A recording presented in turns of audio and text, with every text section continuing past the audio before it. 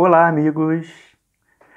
Eu sou Fábio Reis Viana, escritor, analista político internacional, contribuo para o jornal Monitor Mercantil do Rio de Janeiro, para o site americano The Saker e agora também tenho a honra de ser publicado por um site interessante lá do Brasil chamado Dossier Sul, que traduz artigos de analistas internacionais, tais quais o Pepe Escobar e o nosso querido cientista político argentino Vior, não é? A mera preservação da existência social exige, na livre competição, uma expansão constante. Quem não sobe, cai. E a vitória significa, em primeiro lugar, seja esta ou não a intenção, domínio sobre os rivais mais próximos e sua redução ao estado de dependência. Esse é um trecho de um dos livros do clássico, né, que são 2 volumes, do Norbert Elias, sociólogo e psicólogo alemão, O Processo Civilizador ou Civilizacional.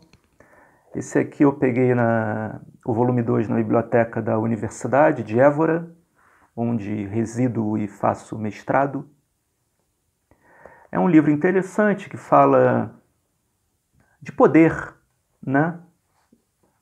E da maneira como as relações de poder se desenvolveram na Europa.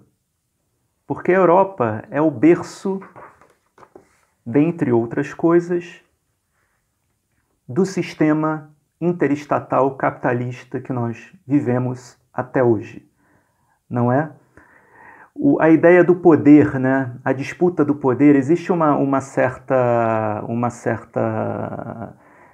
confusão, principalmente dos economistas, quando atribuem a questão do capital, do dinheiro e a questão das trocas, né, comerciais, como algo preponderante.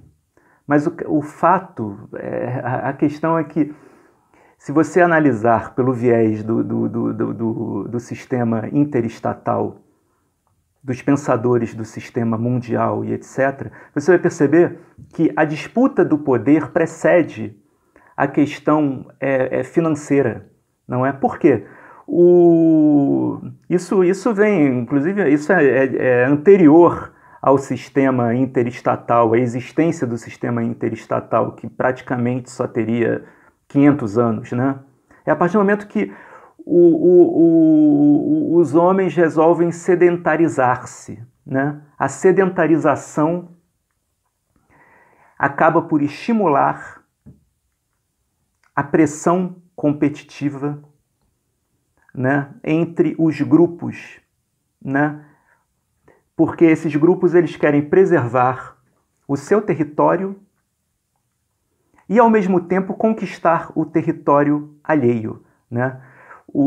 Porque a partir do momento que ele já tem o território dele, existe também a sedentarização estimula, de certa forma, a pressão interna, né? O pulsar da insatisfação interna, né? Daquela sociedade, daquela pequena sociedade, naquele pequeno território, né? Existe um pulsar por mais poder, né? por uma insatisfação. É como se ficar parado no mesmo lugar gerasse uma insatisfação, não é? Isso é muito louco, mas é mais ou menos como aparentemente as coisas vêm funcionando, né? Hoje, no momento atual, no sentido macro da coisa, no sentido global, né? No sentido da disputa do poder global, né? Então a sedentarização leva a um senso de pressão interna que, por sua vez, leva à pressão externa por conquistar cada vez mais, para que o poder se acumule cada vez mais. O curioso nessa história é que o grande poder global, ainda até 1500, poderíamos dizer que estaria nas mãos do Império Chinês, da dinastia Ming, e eles tiveram a faca e o queijo na mão, porque eles detinham riqueza e tecnologia para ir além, expandir-se além do seu território e da sua zona de influência direta, né? Isso ocorreu durante, inclusive aqui no livro do Paul Kennedy, que eu também peguei na biblioteca, A Ascensão e Queda das Grandes Potências, é uma versão bastante carcomida. Ele cita isso, né? Ele cita a dinastia Ming e aquele almirante chinês que seguiu, que tentou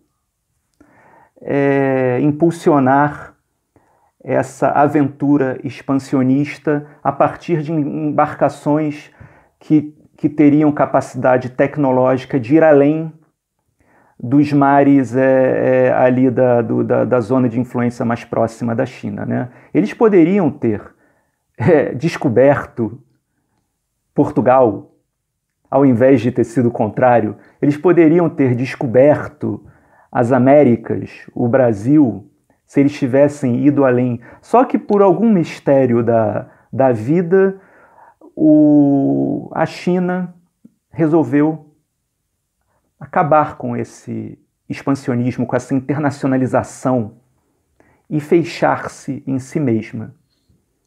As frotas navais deste general foram incendiadas e a China fechou-se para o mundo durante alguns séculos, né? O Paul Kennedy sustenta que uma das hipóteses disso teria sido a pressão que havia ao norte da China dos mongóis, uma pressão. Então os Ming resolveram focar a sua estratégia na defesa das suas fronteiras, né, principalmente da fronteira norte, abortando o expansionismo naval, que naquele momento seria considerado um luxo, né, desnecessário, mas que talvez historicamente tenha sido um erro, que agora, neste momento, estaria por outros meios e por outros caminhos sendo mais ou menos retomado pela China. Porque a China é a mesma China. É a mesma China. É o mesmo pensamento. É a mesma civilização. Mesmo que nesse momento com outra roupagem. Não é? E é engraçado porque isso me remete também um pouco ao que ocorreu, agora indo um pouco mais além, trazendo para o nosso campo aqui, para o nosso quintal. Isso me remete um pouco ao que ocorreu ao Brasil nos últimos anos e vem ocorrendo agora, nessa história do Norbert Elias, nessa frase genial dele, simples e genial: quem não sobe no sistema interestatal cai, porque é uma competição permanente e as potências que estão no topo, elas competem entre si, mas elas mantêm uma certa solidariedade de manter-se no topo juntas. Então, se nesse processo de disputa surge uma nova ou algumas novas potências ameaçadoras às potências já estabelecidas no sistema, essas que estão no topo vão tentar derrubar as que estão subindo, né? O Brasil ele chegou, há alguns anos atrás, a se tornar a sexta economia do mundo. O Brasil integrou os BRICS junto com outras potências emergentes, antigos impérios que retomaram o protagonismo, que retornaram ao jogo, já com outra roupagem, agora no jogo interestatal capitalista. Eu digo China, Rússia e Índia, e a Pérsia também, mas não dentro do BRICS, mas dentro do projeto euroasiático. O Brasil subiu naquele momento. Porque qualquer país que tenha o mínimo de intenção de se tornar próspero e de que a sua população seja próspera, para que sua população seja próspera, para que haja divisão de renda, deve haver riqueza, né? Produção de riqueza. E não existe na história da humanidade país que tenha enriquecido e a sua população idem, sem um processo de internacionalização da sua economia e do seu poder. Porque para você internacionalizar a sua economia, suas empresas, você precisa internacionalizar o seu poder. Não digo necessariamente poder bélico, também, mas poder suave. Era o que o Brasil vinha fazendo. Inclusive, durante aquele período, as empresas brasileiras estavam gradativamente tentando se internacionalizar, né? Daí veio a porrada. O Brasil sofreu ataques de vários tipos, sutis ataques, à sua tentativa de escalada no caleidoscópio global do sistema interestatal. Foi isso que aconteceu. Por isso que nesse momento, alguns de nós somos muito críticos ao que os militares vêm fazendo no Brasil, e muito críticos também à ideia de que eles supostamente seriam nacionalistas, porque o que está claro é que essa junta militar, né, que está no poder nesse momento no Brasil, tomou o poder para se colocar ali como uma espécie de leão de chácara, de boate, né? Proteger a bagunça que foi criada internamente e manter o Brasil no lugar que está, como o satélite nada privilegiado do Império Americano nessa disputa global. O Brasil abriu mão da sua escalada expansionista como potência global, porque o Brasil tem potencial para isso, escalou meia dúzia de generais, depois do caos que foi instalado, para manter a ordem e manter o país rebaixado a essa condição atual de neocolônia, né? O que é uma pena. A crítica que se faz é essa. Fora a questão dos direitos humanos, a questão da democracia, nós tínhamos orgulho de dizer, há alguns anos atrás, que o Brasil era o país dos BRICS mais democrático, ou talvez o único plenamente democrático dentre todos os países dos BRICS. Isso era motivo de orgulho.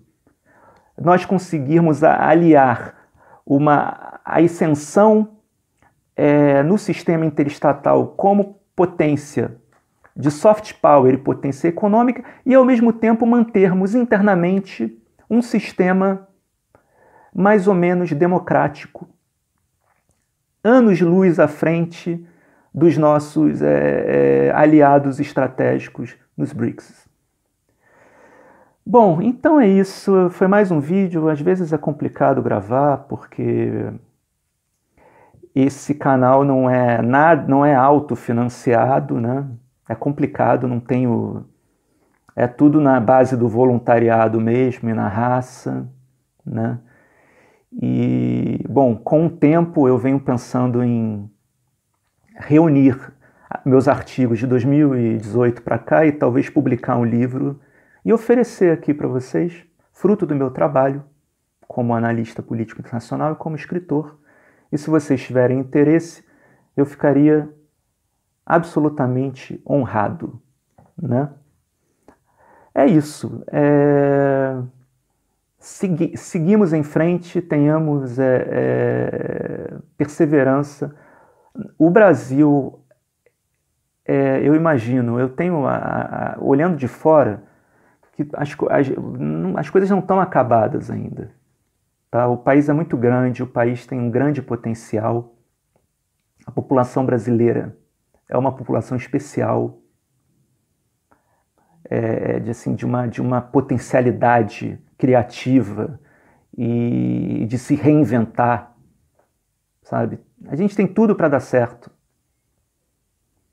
Basta a gente não pode desistir, né? A gente tem que seguir em frente e assim, e quem ama realmente o país defende um país soberano e autônomo, né, dos Estados Unidos, porque dentro desse sistema nós somos competidores.